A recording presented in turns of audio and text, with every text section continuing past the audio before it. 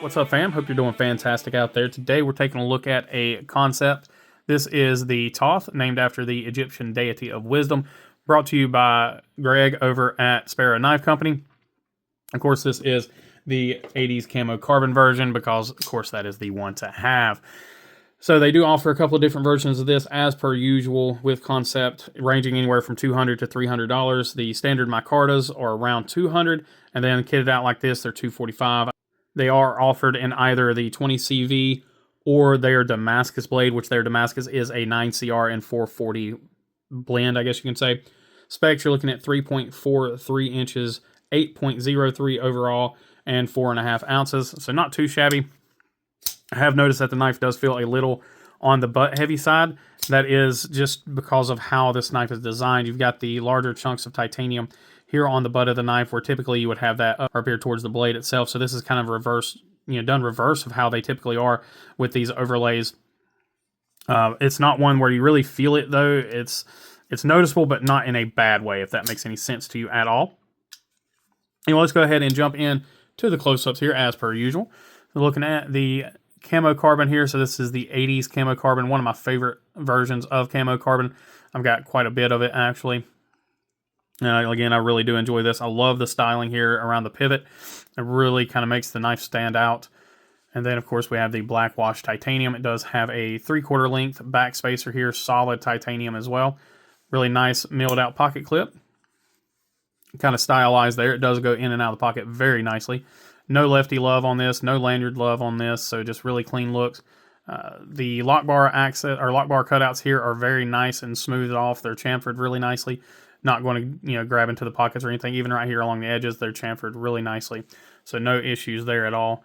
Again, taking a look at all of our hardware and everything looks good. I believe we have T8 hardware all the way around, with the exception of the pocket clip there, which I do believe is a T6. Standard blade hole opening.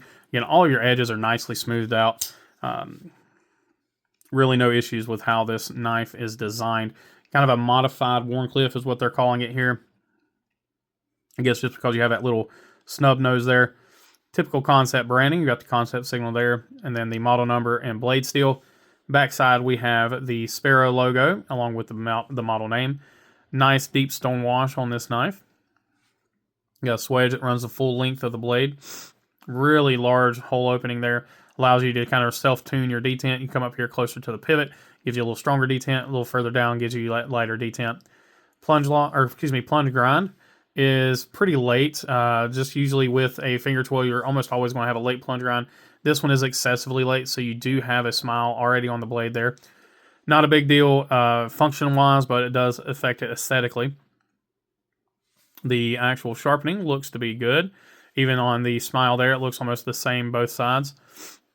And again, Kansept always does a really great job with their sharpening. Tip looks good. It is a very fine tip, as you can see there. It does come down, so it's going to be great for piercing, even though you got a little more strength behind it because of that Wharncliffe shape, or that modified Wharncliffe shape. It is a fairly thin tip. And I do believe that is a hollow grind. It's a very shallow hollow grind, but it is a hollow grind nonetheless. Really no issues there. Yeah, I could have sworn it said it was a flat grind on the website, but I do believe that, yeah, that is a hollow grind. Huh. Like I said, I thought it was a flat until I felt it. Yeah. Anyway, lockup here. Lockup is great. And centering is perfect.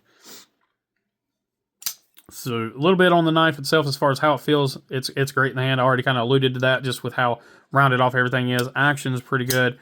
It's more of a shake shut here, but it's a new knife. It hasn't been really broken in, and it hasn't been toyed with, so it hasn't been taken apart, cleaned up, all the usual stuff.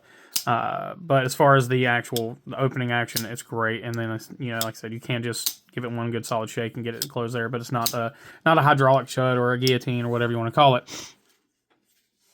No real issues with ergonomics on the knife. I personally do not think it needed the upper finger choil here.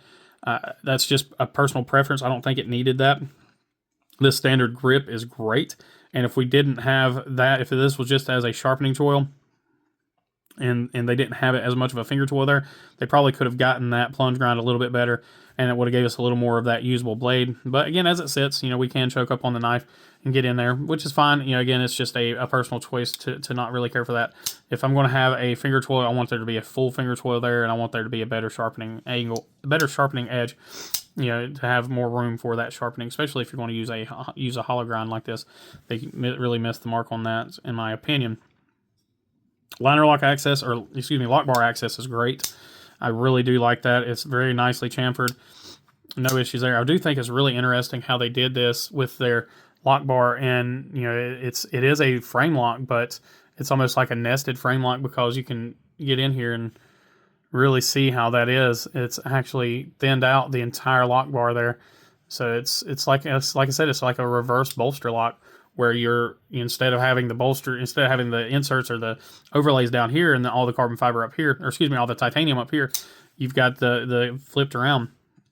Again, very interesting how that was done. But yeah, I don't have any complaints on it at all. No jimping to speak of. So there's no jimping to complain about, I guess you can say. And again, as we've discussed, I'd rather have none than bad. So going back into the ergonomics here, giving it a good squeeze, I don't have any issues at all. The pocket clip disappears. The way they have this shaped, I thought that you might have a little bit of an issue with that edge right there. At least in my hand, I don't feel it at all, even choked up. Any grip that I grab it, I don't really have any issues. Of course, the pinch grip works out really well.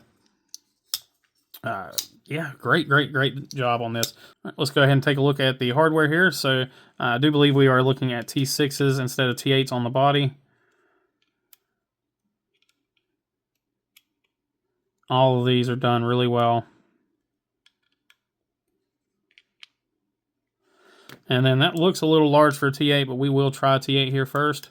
Yeah, it is most likely a T10, so let's go ahead and grab that T10 bit and check that here. Yep, T10, so great job on that, no issues, just a little bit of wiggle on that side, and then this side is much better. So absolutely zero issues with the hardware check on this one. Edge feels great. Now this is one from the pass round, so it has seen some use, but I don't feel any abnormalities in the edge, other than just what it would feel like if one was just used for probably cutting some cardboard and things of that nature. So fantastic job on this one from Greg and from Kansept. Really enjoy it. What do you guys think about it? Is this one that you have picked up? Is this a variant that you like? Is there a different one that you've had your eyes on? What do you think about this knife? And if you own one, let me know how you like it down below. As always, I appreciate each and every one of you. Please remember to be kind, be humble, and be EDC. Y'all take care.